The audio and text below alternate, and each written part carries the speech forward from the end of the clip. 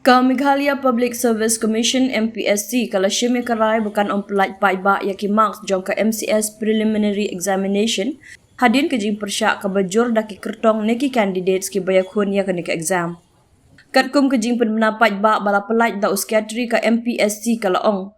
Kumta on omla ban pelaj paidbah yaki marks haki jaka paidbah. Henry ka commission kala ailat pat ban pej tang yala ki jong ki marks tang lingba ka jing trekam lingba ka OTP system.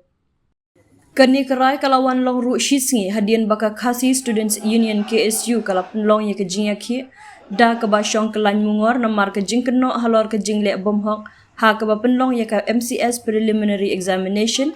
ka MPS personal interview bat ka appointment yaki statistical officer ha ka AHN veterinary department ka seng kala dawaru na ka MPSC baka deben pelaj paidbah mardor yaki marks jong baro ki iakhun ya ka exam MCS.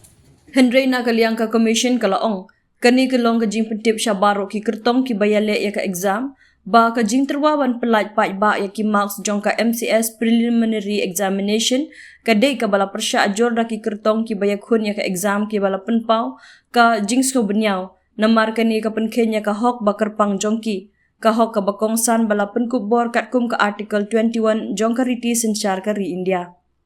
Ka jing pelaj paidbah yaki marks jong ka exam klem ka jing menjur ka basyai jong ki kyrtong ki iakhun ya ka exam kam dei setia ka ba omdon kam Henry ka long ru ka bom yaham kala ong da ka ba benrap ru kala ban penlong yaki kyrtong bakin syak bisyar benya ka ba klem nong rim bat ka bala ban ketak jor ya ka jing long shimet ka jongki bat ya ka jing im jongki hakikam ki jam ki baki tre ki ketak nalor kata ka pen ken ru ya ka nong rim jong ka jing burom iwe ya iwe pat